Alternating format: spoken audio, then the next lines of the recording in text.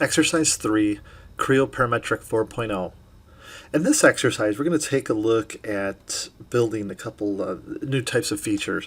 For example, as you can see here, this is a ratchet we're going to go ahead and work on. And some of the features are just basically, we're going to learn about offsetting, as well as how to put engraved text on. We'll take a look at some additional types of functions inside the software as well. So let's begin. Let's start with a new part and go ahead and label this E3. Okay.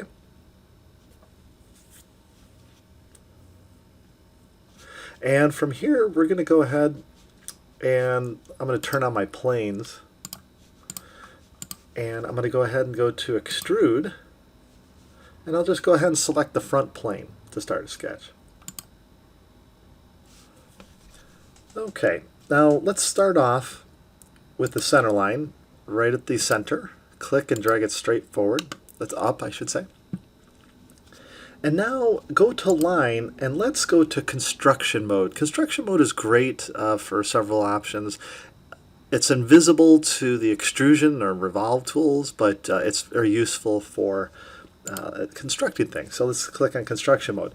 Now this will enable us to draw a line from the origin straight up, and then middle click twice, and you can see you could dimension that construction line. And that needs to be, we're really using this for our scale, essentially. So I'm going to type in 2 for 2 inches. So we now have our geometry to scale. If we were to draw it in a very large proportion, when we try and change some of the dimensions, we might have some issues. But let's go ahead now and turn off construction mode. Don't forget to turn it off. If you fail to turn it off, let me show you what happens. I'm going to leave it on and go to the line tool. Now here we can see our origin is down at the bottom, right about here to the left, just below the horizontal line. Click and drag out an angled line and click again, just like that. And then middle click 2 times. And you can see it's dashed. And remember I said it will be ignored, unfortunately, by the software when you try and extrude it. So you have to transform it back to an object line, or a solid line as it's called. So just right-click on it. Actually, just select it once at the middle click a couple times. And right here is the tool to toggle it. And Shift and G is the fast key. And there, now it's an object line. Let's turn off construction mode so we don't have that happen again. Okay, so now we want to go ahead and mirror this across the center line. So we can now go to, go ahead and select the line, and then go to mirror up here at the top, and select the vertical center line. And it should mirror it across. Now we're going to go and select the 3-point tangent ends arc. Now the reason we're using this, the nice thing about this is it will eliminate us having to trim the geometry. A lot of people draw the 2 circles for the top and the bottom of that head of the ratchet. That's how you used to do it, but nowadays it's much easier. Watch this. Now I'm just going to move my pointer to the vertex on the left. The order really doesn't matter. Go ahead and click on there, and then see we get this little, looks like a beach ball. Drag it straight top, up, and around. Don't stop at the middle. Go all the way to the other side, and when it connects and snaps, go ahead and click. And look at that. It's a perfectly trimmed up arc, and it's tangent. Okay, let's do it again on this bottom one. Get to that vertex, click, and drag it down and around. Now notice if you were to go straight to the left or to the right, what happens is then it defaults to 3-point arc, which is a little bit different, and we may not get tangency as easily as we did with this one. So middle click to complete that. And hopefully it should be shaded in the center. That is the indication that you have a watertight boundary condition, perfect for extruding. Okay, but now let's go ahead and change some of these dimensions. Like this one right up here, double click. That needs to be 0.75 and hit enter. And then let's drag this one down here, and that needs to be 0.6 and hit enter. Okay. If one of these dimensions fails to actually truncate or shrink it down to size, that's sometimes a geometry condition where it's almost like overinflating something, and it just can't reduce it. So try some of the other dimensions and moving them around to get it to where it will work. That sometimes happens. Okay, now what we're going to do is we're going to go to dimension up here and dimension the two center points of those arcs. So this is the center point of the arc for the bottom. Now be careful, that is not the same as the crosshairs there. Stay away. Make sure it's this little orange cross. Click in the center, release it. Now go to this little orange cross and click in the center, release it. Move your pointer to the right and middle click, and it will give you a vertical dimension. Go ahead and type in 0.75. Okay, middle click a couple times to exit that dimension tool. Now you can see we want this center point locked into the origin. So we're going to use a constraint right up here. Go to coincident and select that little cross there, and then select the center of the crosshairs, and it should snap to it. All right, we're ready to extrude, so hit OK. And because we went directly to extrude, it should automatically go that route. Now up here, what we want is we want to actually make this 0.5. Now we're just making 1/2, and then we're going to mirror it to the other side. Now, I know some people ask, like, why can't we just go ahead and make it at the mid plane and extrude it? Unfortunately, this next step that we're going to do, where we add a taper, is not available in both directions. So if this is going to be pulled from a mold, or this is a drop forging, which is basically there's a little cavity that it gets compressed into, we need to put a lot of draft on it, or what they call taper. So in this case, you could type in, try -7, because we're going to add negative draft on there, and hopefully you'll see it puts this little angle on here. You also have the ability to drag this and adjust it or change the values there. Okay, go ahead and hit the green check mark. Now we're going to mirror that across. So go ahead and select the extrude from the model tree and go to mirror. Now you could select this plane, the front datum plane, or you could select the surface of the actual model on the back side. Click on that and hit the green check. And this is how your geometry should appear. If the geometry is flaring out in reverse, remember this has to pull from a mold essentially. You can't have negative draft on it or taper, or else it'll get stuck. It's just like trying to pull an ice cube out of an ice cube tray. Imagine if the angles were reversed on it, you would never get it out. So that's the same concept for when you're molding plastics, or in this case a drop forging. So anyhow, if you need to fix that, remember you could always click on this geometry and edit those features and go back and change the angle of the draft or do something. Okay, now we're going to go ahead and rotate this around, and we could turn off the planes temporarily here. Just turn off plane display. Okay, and in fact, actually, just to make sure we're looking at this, let's go to the saved orientations and go to standard orientation. And that's the front, believe it or not. So go ahead and select that face, and let's go to extrude.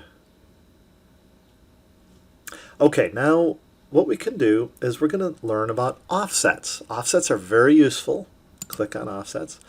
And over here are the offset options. So do we want to select individual edges to offset, chain them together, or loop? Well, in this case, a loop will work very well. Beware, sometimes loop is not the best option, but in this case it's one continuous face. We're in good shape. Click on loop, select the face, and hopefully your little arrow is pointing inward. If not, you're going to have to type in a negative value for this, because right up here is the offset value. So because ours is pointing inward, and that's where we want it, just type in 0.125 and hit enter. And it should offset it. Now remember here it has a tendency, you can hit close up here to round it. If you right click on it, sometimes there actually is an option to turn off the rounding. Let's see here. There we go, turn off round display value. Now in the options, which we discussed in the first and second lessons, you could go looking through there and find that option to turn off continually, but sometimes it's actually rather nice. Okay, now let's go and hit OK. and we could see it's adding material. This actually needs to be a recess, so it needs to be cut or machined in. So see the little arrow here? You could flip that arrow by clicking on it, and it automatically, look at this, the default option has been switched to remove material. In the future, do not show this message. I'm going to go ahead and check that, not to show it. But it is cutting. The depth, though, we could either grab this little thing and drag it up, or type in the explicit value of 0.125. Hit enter. There is no taper or draft on this, as this would be a machined feature. So hit the green check mark. Okay, now we need to put in some features in here. So select this face and go to extrude again. Now go to the circle tool, and the center here is very easy to locate. Just click and drag it out. Don't touch the edge. Click, and then middle click, and now you could change the dimension to 0.75. And in fact, let's drag that down there. Okay, now we're going to add another circle here. Now there's a couple ways to do this. The old way I would have said select concentric, because concentric would allow you to select the reference edge and center it automatically. With the new functionality in version 4, this is actually quite nice. Just use the circle tool and I'll demonstrate. You have the ability to glide up to the edge of any of the arcs, and it will just let it hover there, don't click, and it will wake up the center point. Otherwise, normally you can't find that center point too easily. So go ahead and click and drag that out, and have this intersect. See how it's intersecting a little bit into the circle at the bottom. Click, and then middle click, and change that dimension to 1 inch. Okay, now that we have that, we're going to go ahead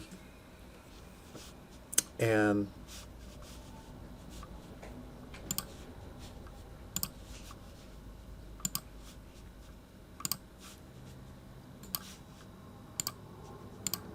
okay, now that we have that completed, what we want to do is trim out these intersecting edges. So go up here to the delete segment tool, and you can either click on each individual arc. Go ahead and just select it. You'll see it will highlight in a different color what it's going to cut.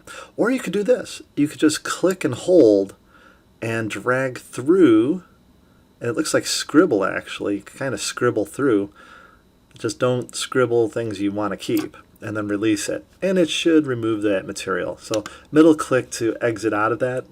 And a good practice here, again, as I mentioned before, is to pull the dimensions out for purposes of making a drawing later on. Now in this, we're not going to make the drawing in this exercise, but just it's a good practice because those are the dimensions that are going to come up on your drawing later. Okay, so we're going to go ahead and hit OK. We'll rotate this again. We could see it's cutting in the wrong direction. We could go ahead and just change to 0.75 and then hit the little arrow. It didn't take. I forgot to hit enter. 0.75, hit enter. Or you could type it up here, and these are the flip switches as well. Okay, so hit the green check. Now, let's go ahead. We're going to put some holes in here. And again, like I said, next exercise 4, we're actually going to use the hole tool. Here we're not. We're just going to draw manually. So click and go to extrude.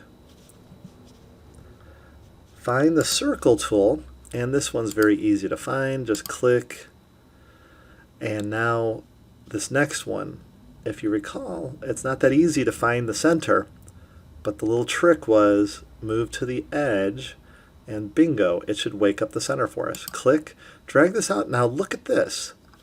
We want these two circles to be of equal size. So if you drag it out to where it snaps like this, and it looks roughly the same size, and it has little equal symbols to the right, or to the left actually, click. Now middle click 2 times, and one of the dimensions should appear. Double click on it, change it to 0.35. And now we're ready to hit OK. Flip the direction, and because those are through holes, let's go up here to this option and make it through all. So extrude to intersect with all surfaces. That way, if changes ever come down, we never have to worry about having to cut those through again. Okay, let's now go to the fillet tool, or round, I should say. Click on round, and we're going to put in 0.125 and select this edge here and this bottom edge right here. And that's all. Hit the green check. So we have our head portion completed. If you remember, there are 3 sections if you look at this: the head, the transition, and the handle. And the order doesn't really make that much of a difference nowadays, but we'll go in the order from the head to the handle eventually. Okay, so now what we want to do is let's turn on your planes. And this plane right here, we want to offset. So click on it. And we could use the quick launch plane tool here to create a datum. Or you could go up here. Now mine is pulling out to the top, and I don't want that. I actually want it to be 4 inches, but the other way. So I'm going to click on it, and actually I'll just drag it this way. Type in 4, hit enter. You could type in the value right here. If it's going the wrong direction, you can always type in -4 and it will flip it. Or just drag it and type in 4 and hit OK. The reason we drew this down here is because we're going to draw our transition, which is a circle, and extrude it up to the model. So select that plane now and go to extrude. Select the circle tool, and right in the middle there, click and drag out a circle, middle click, and let's change that to a 1/2 inch, so 0.5. Now rotate this a little bit just so you can see what you're looking at, and now we could hit OK. And it's extruding in the wrong direction, so we could flip that. And rather than typing in or figuring out how far we could extrude it, because it might actually intersect in the model too far, we could actually use another tool that's in here. And this is extrude up to next. So click on that. That extrudes up to next body, merges with it, and doesn't go through it. Hit the green check. Okay, finally, we're going to make the handle section. So you could select the front plane or click on it right here and click on extrude again. Now, if yours is rotated like mine here, remember you could always go to the view manager and just, oops, not view manager, sorry. Click on the save orientations and click on front, and it will set it right side up. And that way we all looks exactly like mine. Okay, now I'm going to go to rectangle. Now there's a couple rectangles. There's a center rectangle tool which we used in the first exercise, lab 1B. But I want to show you another technique here that kind of brings a little bit more, sheds a little more light on how constraints work and some of the useful applications. Go to corner rectangle. And over here on the right, just kind of down here, click and drag out what would look like your handle, but detached from the body. Click again and middle click. First of all, we want the height here, the distance between the center, to be 3.75. Okay, and some people ask, well, why not 4? Well, 4 would put the edge right on the end there, and if we had draft, we would have a disjointed body. It would barely be held together by a sliver. Now go ahead and hit enter there. Oops. 3.75, enter, and then here, this is going to be 4. You can drag that out. And finally here we have a dimension, but we don't really need to use that. Instead, I'd like to show you a little trick here. Go to centerline up top. Find the midpoint of this edge. Drag it straight down, click, and then middle click again. And now we could go to coincident. Select that center line and select the center of this, and it will lock right in. So again, there's another application. Rather than using a dimension, you could substitute this and then make this 1 inch wide. Okay, so once we have that, hit OK. And now we're going to go ahead and make this, let's see how thick this needs to be, 0.375. That's just on 1/2. And we want to add the taper again. So go to the options up here, check add taper, and we want it to have -7 degrees. So type in -7 and hit the green check mark. Now we're going to go ahead and mirror that. So while it's still in a selected state, go to mirror And all you need to do is select the underside face that it's going to mirror across, or the front plane. Hit the green check, and there it is. If you have any problems with that, exit out of that tool, pre-select the actual extrude from the tree, and then go ahead and go to mirror again, and then select the plane. All right, so now we have the basics done. Let's turn off our planes temporarily. And let's put a few more fillets in here. So go to the rounds, and let's set it to 0.125, and go ahead and select the 4 sharp edges here, here, and here. Okay. Now go ahead and select this edge, and let's change that to 0.06. And then continue on, and it will maintain that 0.06 value through the rest of your selections. Select this edge up here, and in this case it's not traveling through because it's before the fillets are actually taking place, so you might have to select all these edges. The alternative is to actually just finish it and then go back and put those other fillets on, because then they will travel along the edges. And using the tangent edge that's there, or that will be there. Okay, hit the green check. All right, now I want to show how to put text in. So let's say we want to put an engraving on this handle. You can put your name on it or whatever. Go ahead and select the face and go to extrude again. Now, what we need to do is we're going to go ahead and take the text tool and offset where the bottom edge of the text is going to start. So don't make it, everyone wants to put it in the center, but realize if you put it in the center, you're offsetting it automatically to be on 1/2. So you want to be a little bit below. Take a careful look where my pointer is. Click and drag it straight up and just eyeball it right here. We can add dimensions, as you can see, but we're just going to eyeball it. Okay, and I'm going to go ahead and add, let's see, we'll go ahead and, I'm going to go ahead and put an ECC here. And I'm going to rotate that. And it's a little hard to see with my screen, I apologize, but there we can see the text. Now here you have the ability to adjust a slant angle so you can make it italicized, spacing and aspect ratio. You could stretch it out, give it some cool effects. There's font 3D. You could use many of the true type fonts as well as object fonts, I believe. Not all will work, but needless to say, you can still do some really neat things with that. Okay, and you could place it along a curve. That's if you're going to draw an arc and put it around an arc, but remember that has to be construction mode for the arc or else it will fail. But anyhow, go ahead and hit OK, and then hit the green check up here. And now if you want to have it embossed, just drag it down, and like 0.03 is like perfect.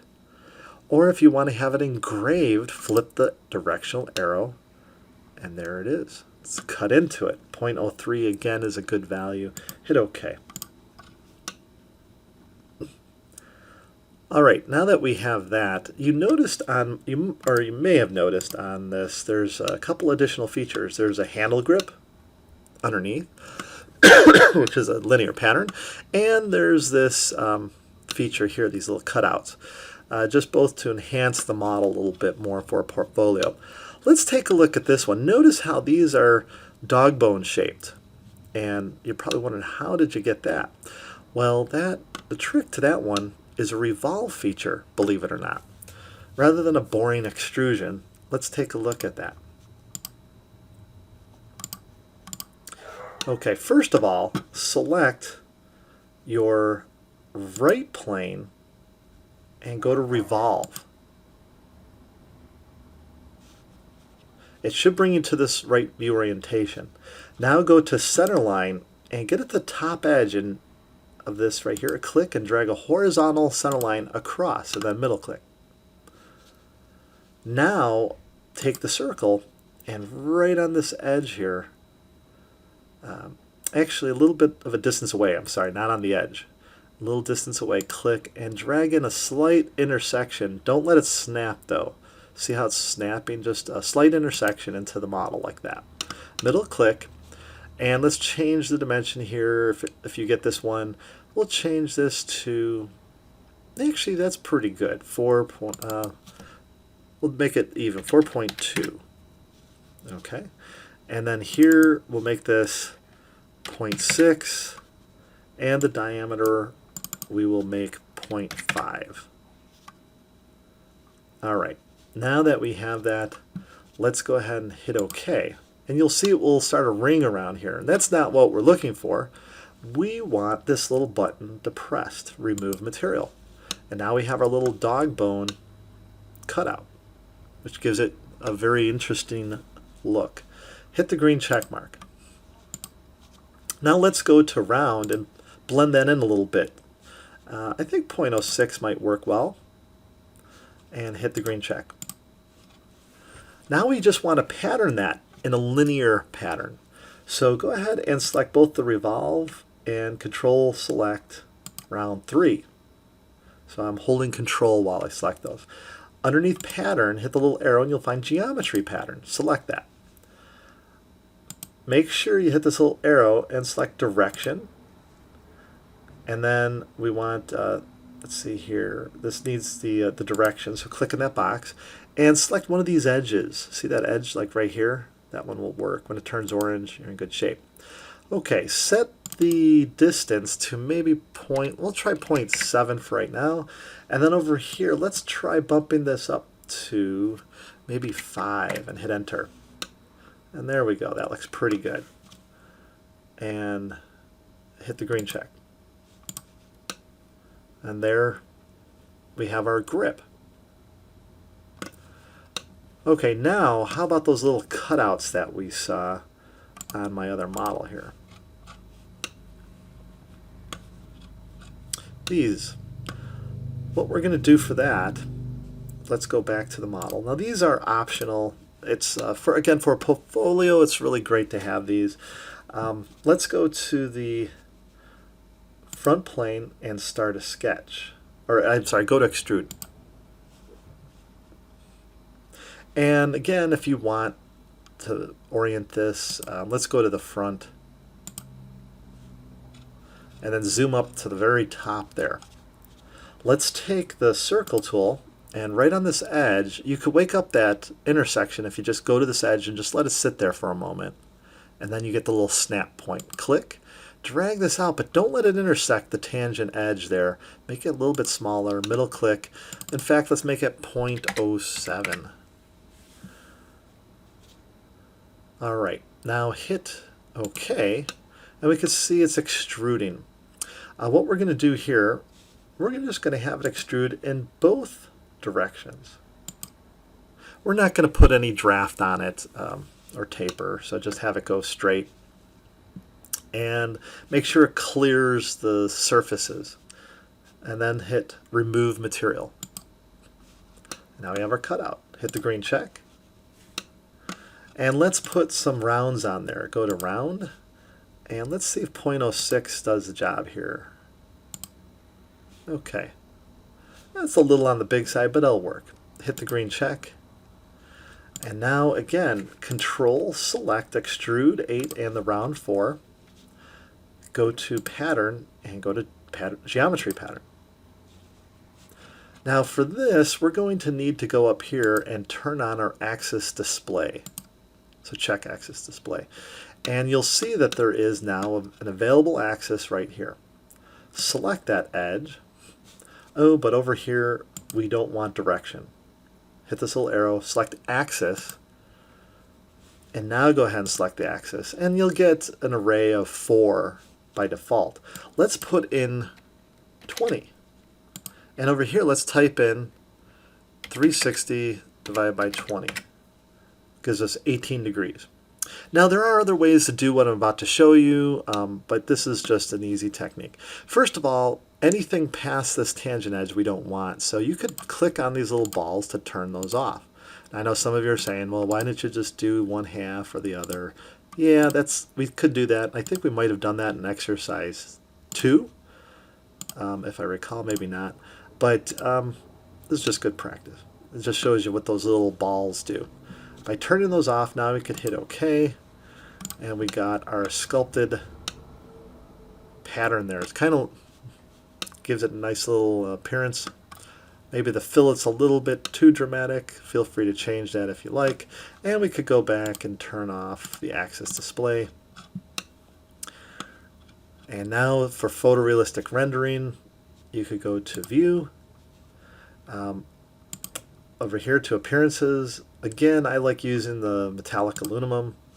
And down below, Part, select the geometry and middle click. Now you could go over here to Appearances, and again I just keep going with the gold here, but in this case go to Surfaces, and feel free to select any surfaces you want to transition in colors, and you have to hold Control, remember, to do these. Now the nice thing about when we do the text in just a moment here is that it will select the entire, it looks at it as one surface at the base. So like, just click right here. Oh, darn it. And I forgot to, here, click on Add. Oh, good, it didn't cancel out. That was a nice little message. Okay, now I'm going to middle click, and there we are. Okay, now to enhance this, turn on Perspective View, get to a view you like, and now go to Applications and Photo Rendering and Real-Time Rendering. Okay, and here we can see we've got some neat little effects going on here. Now the floor, unfortunately, is at the bottom of the handle. To change that, let's go to Scenes and Edit Scene. Now in here we actually have the ability to go to Environment and change it from the XZ to the XY. And then we get a much different effect. And it looks like it's laying on a table. And I believe, again, there is the ability to round the edges. I haven't looked at that in here too much, but feel free to search for it. This tool really does some neat things. Okay, and there we have our photorealistic rendering. Okay, so for the two exercises for this, let's go ahead and we'll bring up the manual here.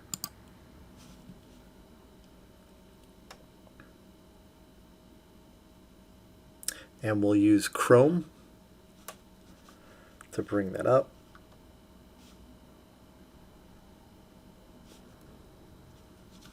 Okay, and I'm just going to go ahead and type in vertanux1.com. There we go. And instructional manuals, and find the Creo 4.0 basics. Okay, and I have updated the manual, as you can see, and we're looking to get past that exercise, which, oh, too far.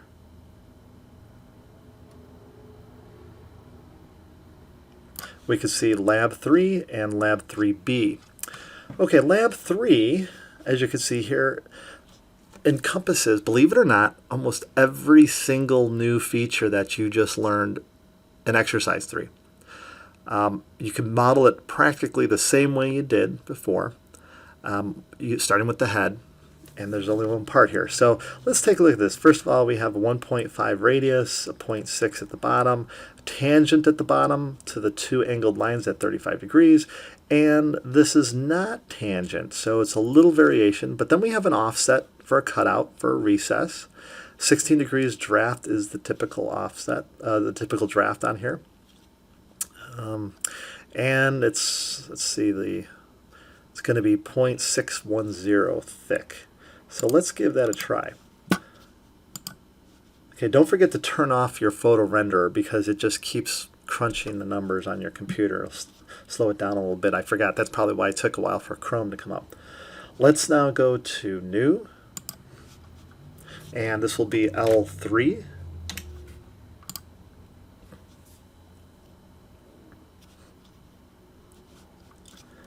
And go ahead and select the front plane and extrude.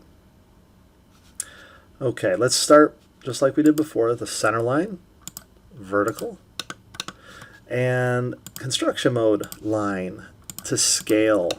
Middle click 2 times and make that 2 inches. And again, that's just to scale it. Turn off construction mode. Do not forget to turn off construction mode. Go to line, and the same little technique. Right below the horizontal center line, click and drag a little angled line there, middle click 2 times. Let's now go to 3-point tangent ends arc. Oh, I'm sorry, going too fast here. First of all, select this geometry, that line, and you mirror it. Select the center line to mirror across, and there we have it. Now we could go to the arc tool. And down here, this is tangent, so you follow it down and around. Click. Let me go back there. We're going to use 3-point this time around. So this is a little different. Watch this. Click and go straight across and connect. And now you have the ability to create that, looks like a cranium sticking out there. Okay, and notice it is not tangent. So don't make the mistake of making that tangent. Okay, so this is going to be 1.5. And then this one below here is going to be 0.6. And let's put in some of the dimensions here. From here to here, that's going to be 35 degrees. And then the distance from center to center, actually there's one in there already, but we'll make a new one. Needs to be 2 inches. Okay, we are ready to extrude this. So let's go to OK. And the extrusion depth is 0.61. And there is 16 degrees of a taper there. So hit add taper, type in 16. Oh, actually, don't forget to type in -16. Minus symbol. There we go. Hit the green check. Now, this one kind of goes against the grain when we put the fillet in on here. Normally, I recommend putting the larger fillets in first and then move down to the smaller fillets. This will not work on this particular model, so start with the smaller fillet first, and just be aware of that. It's an interesting little effect that you get. This I think need to be 0.25, but let me verify my manual. Yep, 0.25 and then 0.5. And then now you could go ahead. It might make us do this in 2 shots, but let's try it. This next one, oops. Control select if you select the face. Okay, now here, this needs to be 0.5. And actually it worked. Hit the green check. Beautiful. Okay, now what we're going to do is we're going to go ahead and make the offset on the other side. Select this face, go to extrude, and go to offset. Loop, select the face.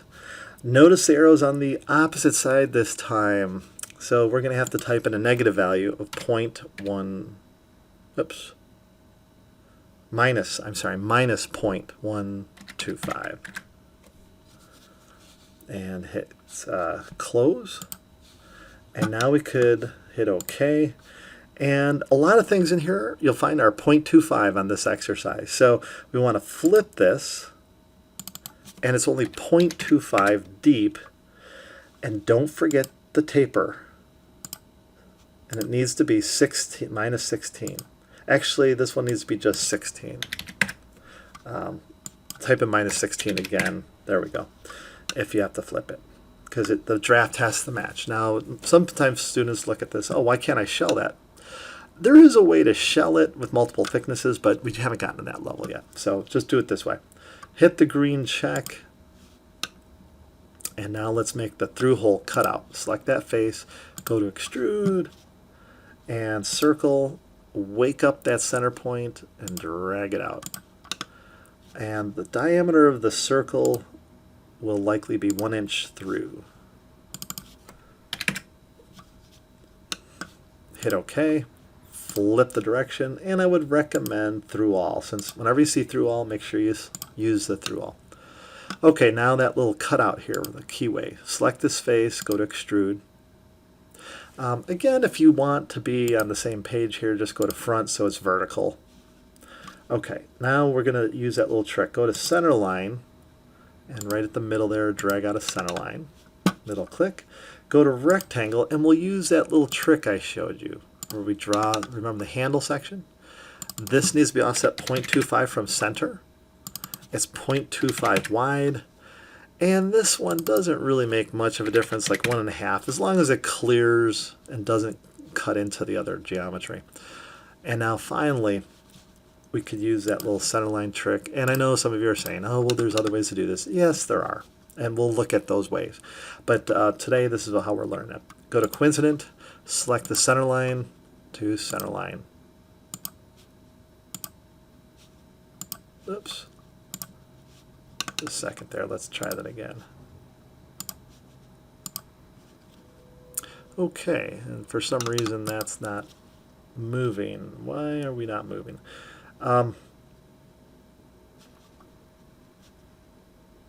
We could do it this way. Let's see, can we go negative 1.25? So negative 0.125 will work. Not certain why the coincident wasn't working there. I could probably get to work if I tinkered with it. But there you go. There's another alternative there. Okay, so hit OK. Flip the direction. It cuts, but only 0.25 deep. All right, now the text that goes up here. Select this face. Go to extrude. And now, again, go to construction mode. And this time, you could use 3-point arc, but really center and ends is a very nice alternative right here. Because center and ends you can wake up the center, start at the center, drag it out to the size you want. In this case, right about there. Take a careful look where my pointer is. Click, drag this across until you get that little horizontal line. Click, and then middle click. Now turn off construction mode, and we could go to text. Select that endpoint of the vertex and follow this out so you get the perpendicular symbol to a height that you like, right about there. And so we're going to turn on place along curve, and we're going to enter the text, and we'll put in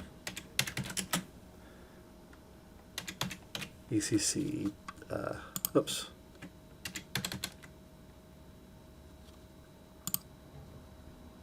Okay, why is my keyboard battery might have just gone dead on me here.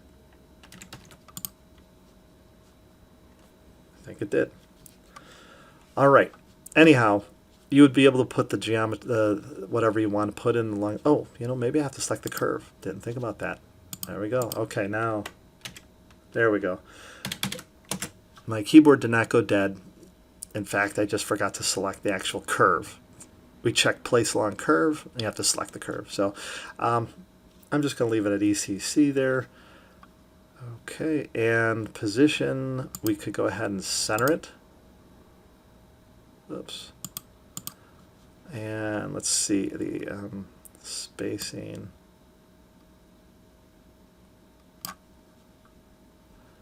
Okay. Anyhow, let's go ahead and hit OK there. And middle click and OK. And if you want to emboss it, 7.0, we'll make it only 0.02 because this is a smaller part. And hit OK, or flip the arrow to cut it. And that completes that exercise. Again, for your portfolio, if you go to Tools here, View, turn on Perspective and Appearance. Maybe make it a different color. I'm going to go with, like I said, I always go with the same thing. I'm kind of boring, I suppose. And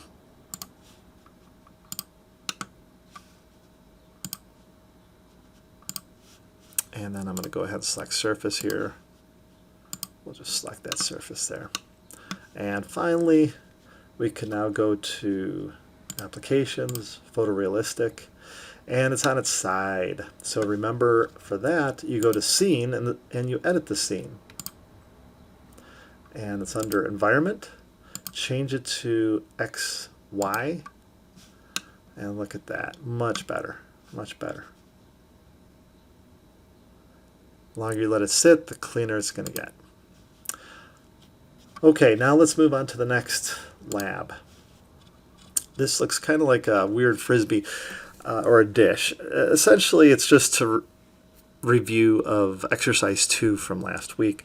So what we're going to do is we're going to draw the geometry, and I'm not going to put all the dimensions in. I'll show you a couple dimensions, and then it's just a revolve. It's actually not too or terribly difficult, but I do expect you in my classes to put in the dimensions, make it dimensionally accurate. At this point, you should start being able to do some of these on your own without watching the video, so you might want to try pausing, or you could watch it if you get into trouble. So I'm going to go to New, and this will be L3B. Hit OK.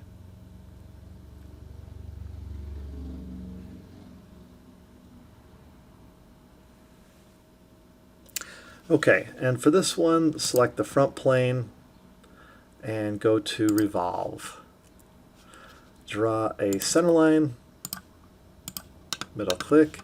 Draw a construction line, again for scale, approximately 2 inches. This just gets you to the right size. Middle click. Now take the line tool and draw the 1/2 of the profile. Oops, look at that. I'm in construction mode. Turn that off. Click, drag that up here. Draw the angle. And look at this. You can follow parallelism. Drag that out. Again, parallelism. Find it. There it is. Across. It's a good one for parallelism. Okay, and now middle click. Now these dimensions, notice they're not supposed to be that way. So go to dimension, and you're going to add them this way. Select the line, not the endpoints, and then middle click up here, and it will give you a parallel dimension. Let's make that 0.25 for right now. Okay, so then when you're ready, hit OK, and there it is. Okay. All right, so basically that concludes exercise 3.